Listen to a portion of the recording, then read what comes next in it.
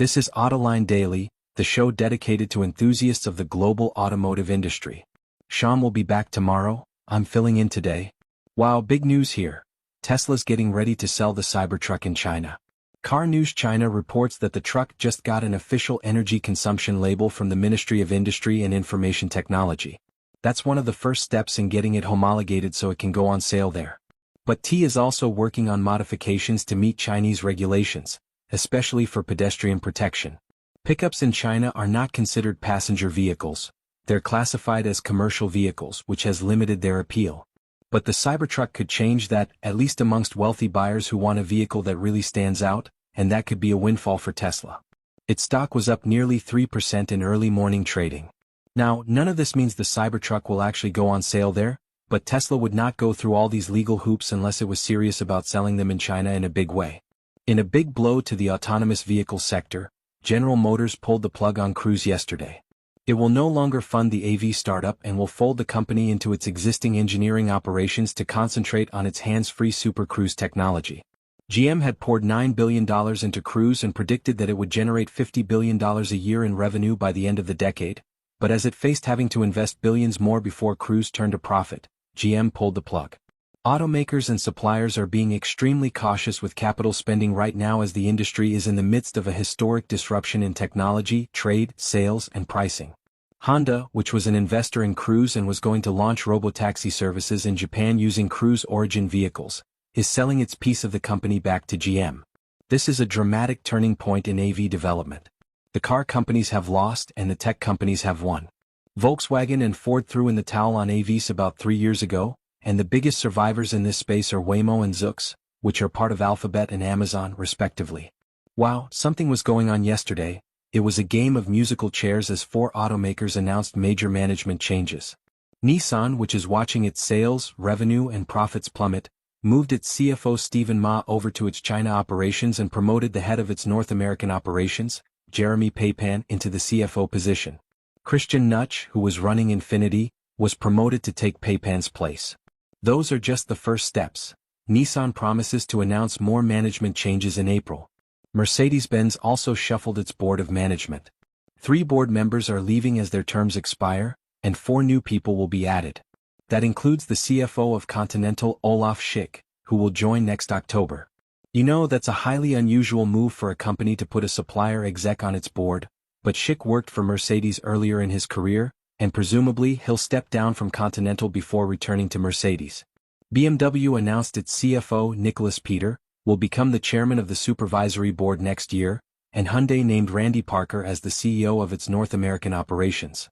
He'll be in charge of everything for Hyundai and Genesis in the US, Canada, and Mexico, including sales, marketing, and manufacturing.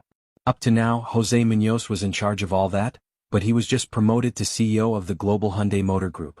So, Parker was named to run North America yesterday. We reported that Tim Knizius would return to Stellantis, but guess what? He was already there by the time the news broke at a media event for the new Ram heavy-duty trucks yesterday. Knizius made an unannounced appearance and declared he was ready to get back in the fight. Those were his words. He said the first 2 weeks after he abruptly left the company in May were great, but then he quickly got bored. He said some people told him to get a hobby, but he really wanted to get back into the industry, and he kept in touch with people at the company to keep track of what was going on. He told the small media gathering he came back because, and I quote here, "We're getting our ass kicked." He didn't say anything about Carlos Tavares, and the Stellantis people made sure he was not available for questions, but it's pretty clear that with Tavares gone, Knizius was ready to return, knowing that a little rain won't slow down your day. That's what really matters. Bridgestone, Tanza quiet track tires, confident control in wet conditions. Okay, over to Japan now, where Japanese auto unions want raises for their people, and they've got specific targets of what they want to get. They especially want to boost wages for workers at smaller companies like suppliers. The Confederation of Japan Automobile Workers, which has 12 unions in its group and 784,000 workers in total, wants pay raises of about $80 a month or more during contract negotiations with automakers next spring. That's about a 5% increase in base pay for companies that have less than 300 employees. Japanese lawmakers are on board with this because those wage increases, especially at smaller companies, would help boost the economy. One reason why car sales set a record in China last month is that the government has a cash for clunkers program. China is giving out as much as $2,700 in subsidies for car buyers trading in an old vehicle, but that program ends at the end of the month. The China Association of Automobile Manufacturers is begging the government to keep it going because, thanks in part to the subsidy, China sold a record 3.3 million vehicles in November, a nearly 12% increase, and new energy vehicles accounted for 47%, or 1.5 million of those sales. A key reason why automakers want the subsidy extended is the precipitous drop in EV exports, which fell 29% last month, mostly because of Europe's new tariffs on Chinese-made EVs. But other countries like Brazil and Mexico are also talking about raising tariffs on Chinese cars, and that could be a real problem for Chinese automakers. The export market is something of a safety valve that's absorbing some of the excess manufacturing capacity in the country, and as exports fall, they need to sell more cars in China because, if they can't do that, it's going to financially weaken the ones for once and for all. You know, sometimes automakers like to try and extend the appeal of their brand by getting into areas that have nothing to do with cars, and now Lamborghini is playing that game. It partnered with snowboard maker Capita Snowboards and the Union Binding Company, which makes bindings for snowboards, to create a snowboard and bindings of its design.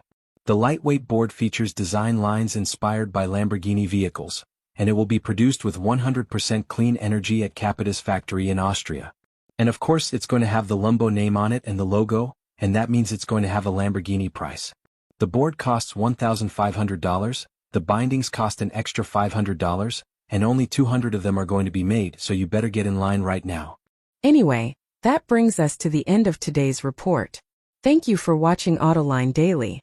Autoline Daily is brought to you by Bridgestone, solutions for your journey, Intrepid Control Systems, over-the-air engineering boost your game, and by Taju Automotive Technologies, the formula for better mobility.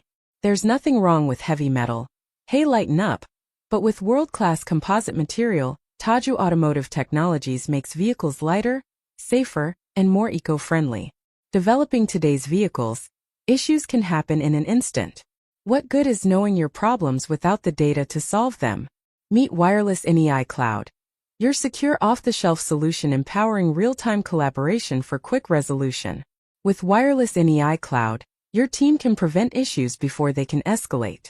Driver communication data and remote diagnostics to analyze and resolve your problems using OTA, allowing your executives oversight throughout the process.